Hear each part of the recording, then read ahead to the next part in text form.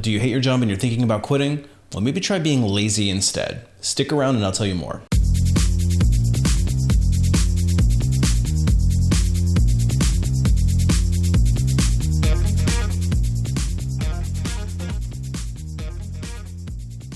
Hey everybody, it's Brian from A Life After Layoff, and today I want to talk to you about being lazy at work. You've heard that right. All right, so I know what you're thinking. Is he actually suggesting being lazy at work?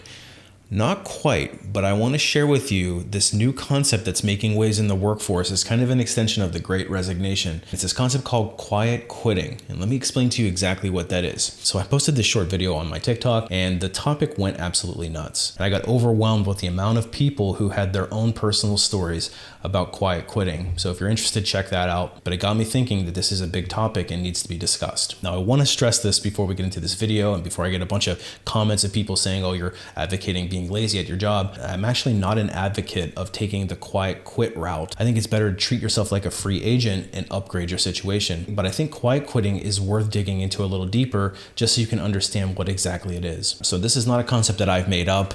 This is actually a legit phenomena that's happening right now. There's an article actually on Business Insider that talks all about this. The article itself is behind a paywall, but I'm going to share with you some of the highlights of what exactly they're talking about, but it is worth checking out the article if you can gain access. So what exactly is quiet quitting? Quiet quitting is effectively quitting your job without quitting your job. So what you're doing is you're reducing your output to the minimum acceptable standard for your job. It's literally like the proverbial mouse wiggle where you're doing just enough to get by and you're not taking on any more tasks. You're not taking on any more burden of the job. You're doing the bare minimum and relieving yourself of the stress. So why would somebody opt to quietly quit as opposed to just quitting their job and going and finding another one? And so let's dive into the coasting culture a little bit more deeply. And this author says that over the past few weeks, I've been talking to professionals like Justin, who are strategically dialing back at work. And during the pandemic, they came to see work as just that, work. For the first time in their lives, they are viewing their jobs as a source of a paycheck to support themselves and their families and not a higher calling that demands their utmost devotion. And the pandemic has created the ideal conditions to live out their new resolve. A hot labor market has ensured their job security, while the rise in remote work makes it harder for their managers to monitor the effort that they put into their jobs. It's the perfect time to be a recovering overachiever. And the author continues to say that many Americans would call these employees lazy or unambitious or shiftless, and loafers who are unwilling to go the extra mile or even potentially burnouts who are unable to do so. And apparently the people that they talked to decided to go by pseudonyms because they didn't want their name to be associated with it, and probably rightfully so. But such name calling misses the point. If you're to ask the employees, they say that they're making a considered, deliberate decision. They're done letting companies squeeze free labor out of them. After years of feeling exploited by their employers, the late nights, the lost weekends, the demand for fealty, the tables have finally turned. So in a sense, these professionals are mounting a secret resistance against the status quo. So this quote unquote hustle culture is likely over. And in some corners of corporate America, it's being replaced by the so-called coasting culture. So let's break this down a little bit more deeply. We've got this pendulum that swings back and forth in the employment market. And for a very, very long time, it was buried on the employer side of things. So you had employers demanding all of these things from employees and essentially using them as the word human resources is probably the best term. They're using them as resources to exploit in order to get the most amount of productivity out of them for the least amount of money. And I think as part of that work culture, you had people feeling like they had to hustle all the time, this hustle culture, where in order to get ahead, you had to put your nose down, you had to work long, hard hours, you had to take on extra work as it was assigned to you or volunteer for that extra work even though you didn't have the bandwidth. You had to keep your phone on at nights and weekends. You had to take those phone calls on those weekends at your kids' birthday parties. Throughout history, you had this repeating cycle that would go on where companies would start out lean and they would get gradually more and more bloated to the point where there would be some sort of catastrophic event that would allow them to cut their workforce, usually through reductions in force or layoffs, and then rescope down, become much smaller and quote unquote leaner. And then the process would start all over again. It's usually over about a decade, and there would be some major event. The last major one before this was the subprime in 2008, where there was a bunch of layoffs that happened. Previous to that was 9/11. So you have this repeating pattern that goes on and on and on. And as you look over the last 10-year period before 2020, we had this extended growth period where companies bloated and bloated and bloated, and they were probably looking for any excuse to cut the fat. So when 2020 hit and you had the pandemic and everything shut down, it almost seemed like a very opportune time for these companies to just go in and make ruthless cuts. In a lot of cases, they cut too big, too deep.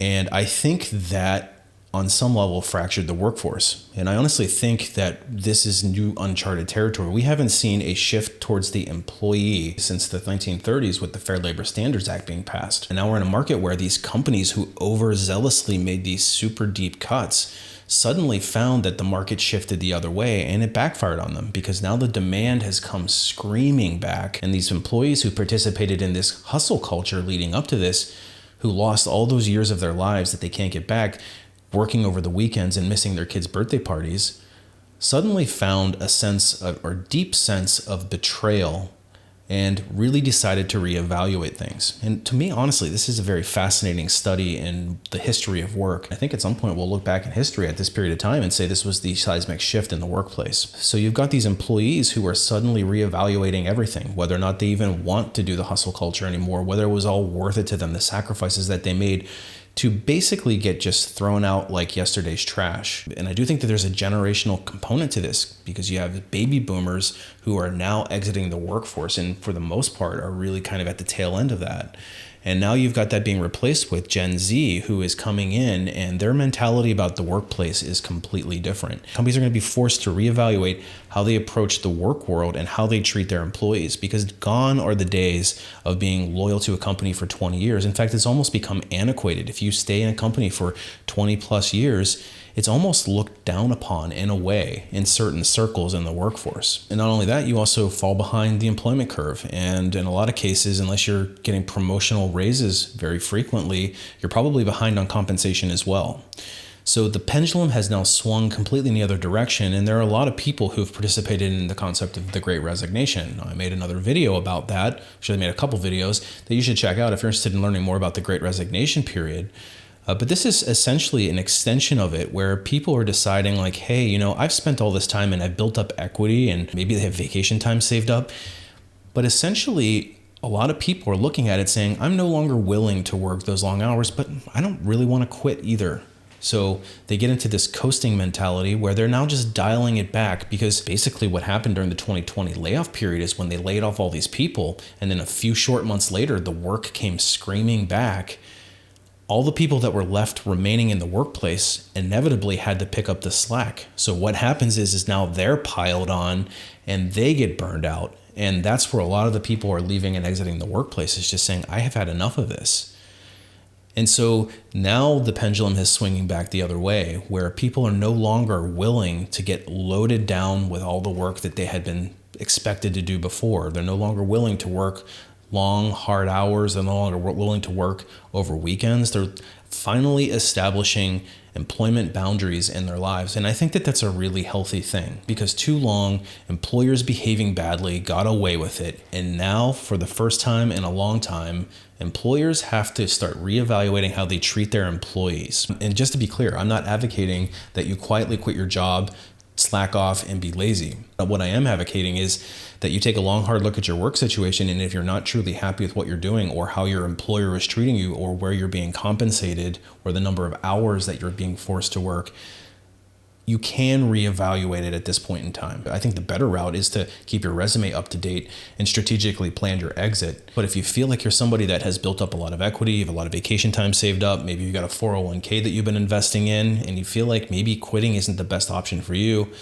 some people are opting to back off the amount of work that they're doing and get down to a baseline, or I guess you could say the minimum acceptable output that they need to achieve in order to still maintain their jobs. Because employers realistically are not able to backfill a lot of these positions. And they look at it as some output is better than no output at all. In fact, a couple of major bullet points out of this article is that during the pandemic, employees came to see work as just that. For the first time in their lives, they viewed their jobs as a source for a paycheck to support themselves and their family and not a higher calling that demands their utmost devotion. We no longer consider ourselves to be live to work. It's kind of starting to shift to work to live. Another major takeaway from this article is people are saying my company's not my family. But now, prompted by fears of the pandemic, many Americans have shed those expectations, and that means they aren't putting up with the grueling hours that they were happy to put in just a few years ago.